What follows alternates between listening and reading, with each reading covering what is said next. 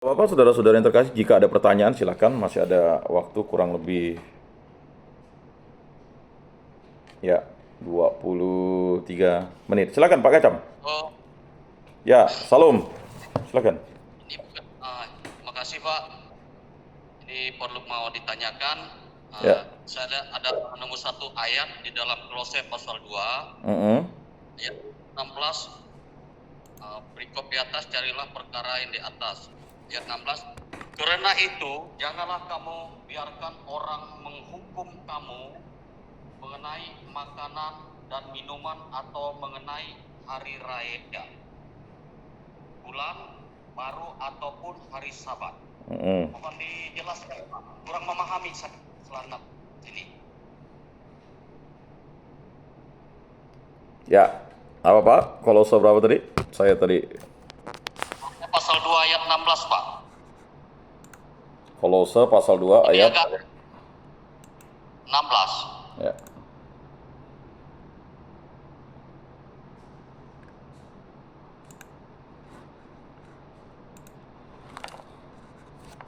Ya. Coba Bapak ulangi dulu membacanya dengan seksama Pak, supaya Bapak lebih nanti memahaminya. Silakan Pak. Ya, saya akan membaca. Karena itu, janganlah kamu biarkan orang menghukum kamu mengenai makanan dan minuman, Ya. atau mengenai hari raya, bulan baru, atau hari Sabat. Kolose 12. Berapa tadi Pak? Agak Kolose pasal 2 ayat 6. ayat berapa? Ayat 20 ya? Terputus Pak. Kolose 2 ayat 16 Pak. Oh, ayat 16. Oke. Kolose 2 pasal 16. Ya, Kolose 2:16 itu berbunyi, karena itu janganlah kamu biarkan orang menghukum kamu mengenai makanan dan minuman atau mengenai hari raya, bulan baru ataupun hari Sabat. Baik, saya akan jelaskan. Dalam ayat ini, Paulus menasihati jemaat di Kolose untuk tidak membiarkan diri mereka dihakimi atau dibebani oleh aturan-aturan legalistik yang berkaitan dengan ritual-ritual tertentu seperti makanan, minuman, dan hari-hari keagamaan, Pak. Pesan Paulus adalah untuk menegaskan kebebasan yang dimiliki umat Kristen melalui Kristus yang telah memenuhi hukum Taurat. Kristus adalah pusat iman, bukan peraturan eksternal yang bersifat sementara. Nah itu Pak, penjelasannya. Lalu refleksi bagi kita sebagai pengikut Kristus, kita diundang untuk tidak terikat pada aturan-aturan yang hanya bersifat lahiriah. Ini maksudnya. Lalu hubungan kita dengan Tuhan lebih penting dari sekedar mengikuti ritual atau tradisi tertentu. Itu dia. Makanya diharapkan kita sebagai pengikut Kristus melakukan ritual adat itu jangan di hari Minggu, karena hari Minggu itu hari peribadatan bagi umat Katolik, ya kan, dan umat Protestan, kan begitu. Walaupun ada yang melakukan peribadatan pada hari Sabtu. Ya, itu kan terjadi itu, ya. Lalu apakah kita terlalu terfokus pada aturan-aturan eksternal dalam kehidupan rohani kita, atau apakah kita lebih berfokus pada hubungan yang hidup dan intim dengan Tuhan dalam Kristus? Itu refleksinya, Pak. Terima kasih, Pak. Demikian jawaban saya. Terima kasih Pak. Tuhan memberkati. Amin. Lanjut, masih ada 20 menit bagi bapak-bapak yang lain. Jika misalnya ada yang tidak memahami ini, silakan Pak, ditanyakan. Ya, jangan malu-malu. Bapak-bapak yang baru-baru juga boleh tuh bertanya tuh. Karena nanti kalau Mereka bilang jelas. jelas itu berarti ada dua, Pak. Ya kan? Pak ini, Pak Dendi mungkin bertanya. Pak Dendi dah lama tidak bertanya nih Pak Dendi ini. Silakan Pak Dendi. Mungkin ada yang mau Dia ditanya. bilang lanjut Pak. Oh lanjut. Pak Andre mungkin? Lanjut. Ya, Pak Andre lanjut juga. Lalu Pak Atis adakah? Oh, Pak Atis kemana nih? Saya absen satu-satu nih. Pak. Hah? Halo?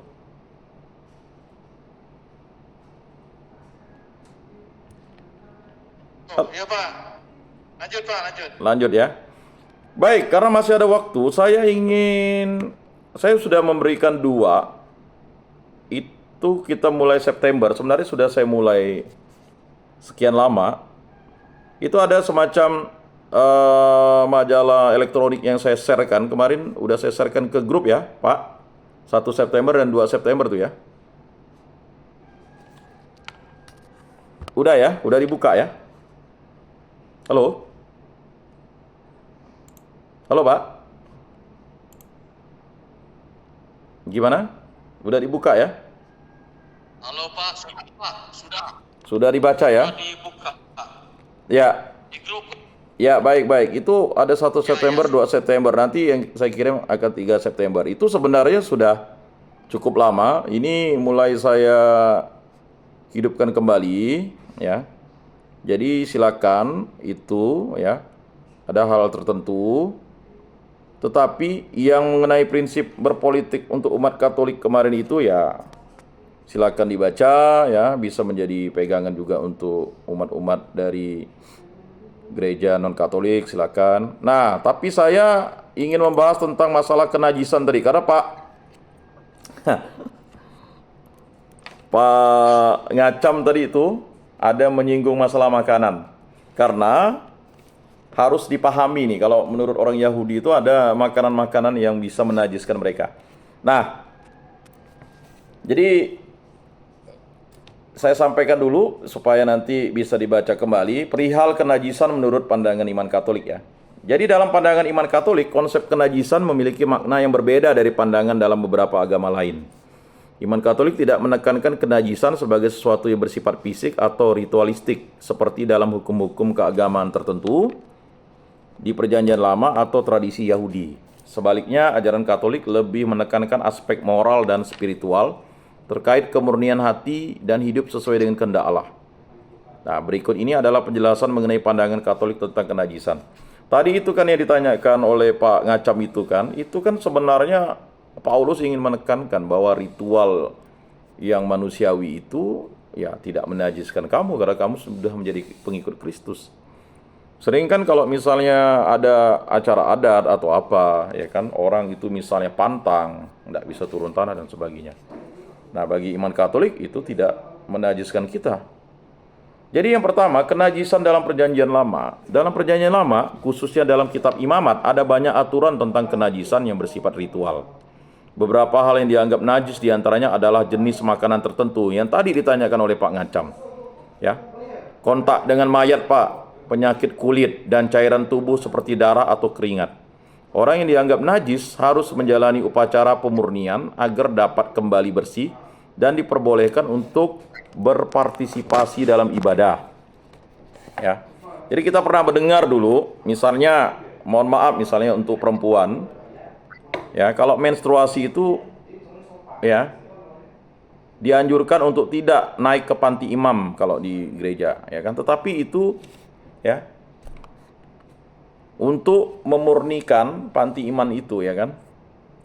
Tetapi ya sekarang hal-hal kayak gitu tidak, ya, hanya diingatkan kembali kan.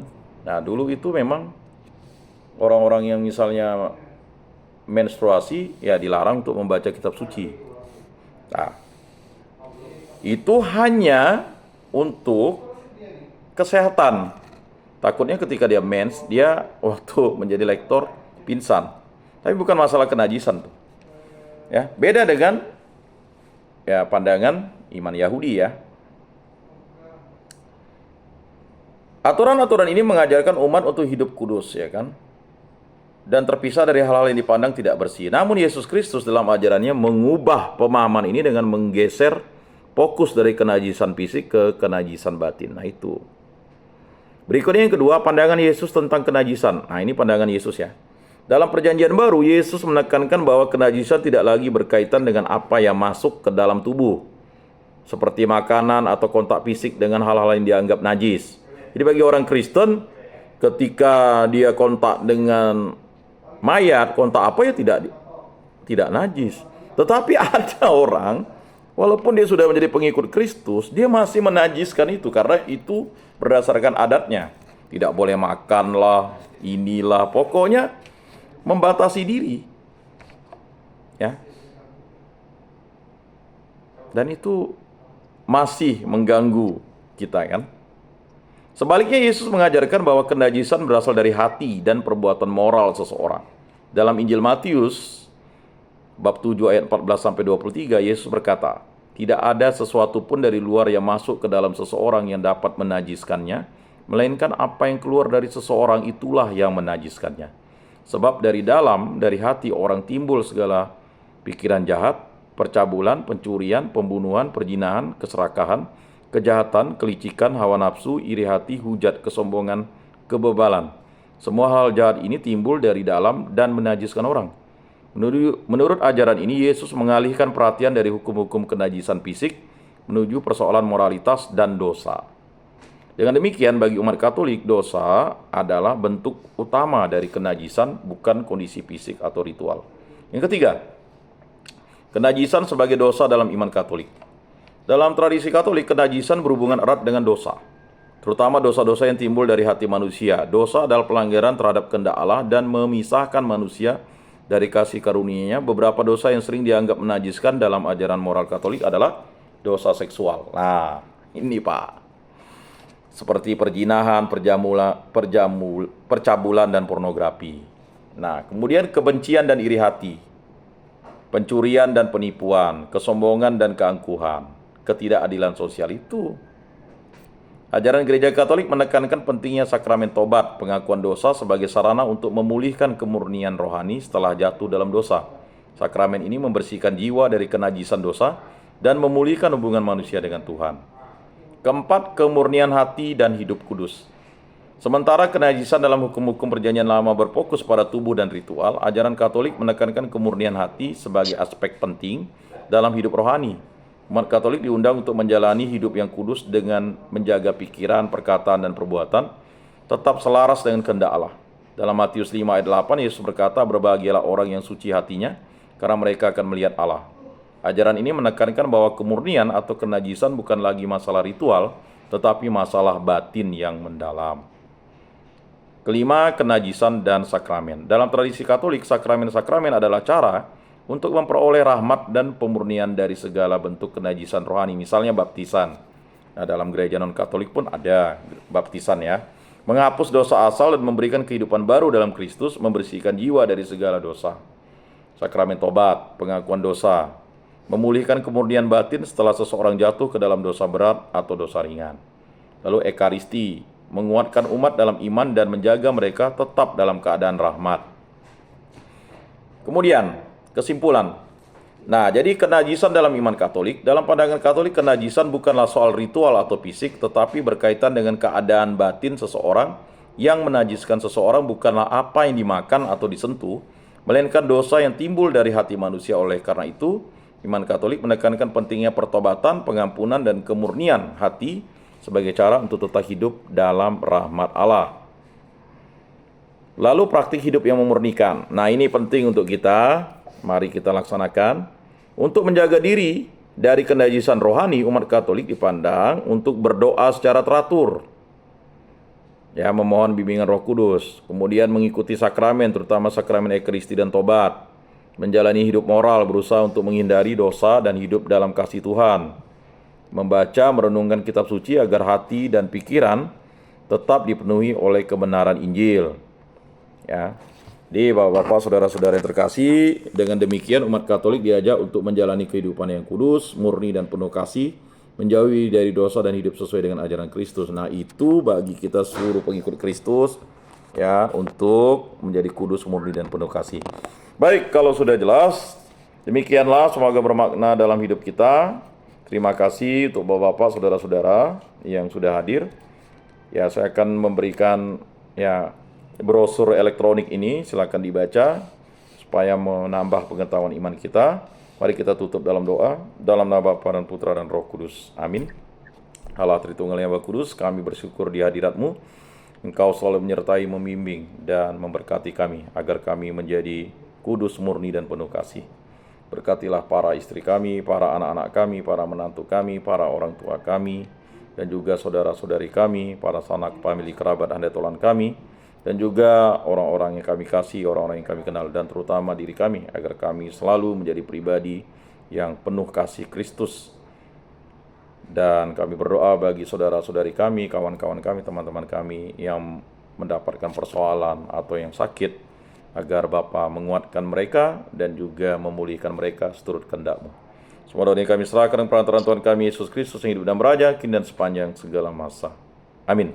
Dalam nama Bapa dan Putra dan Roh Kudus. Amin. Salam, salam kasih, damai dan sejahtera. Tuhan memberkati, menyertai dan melindungi. Salve.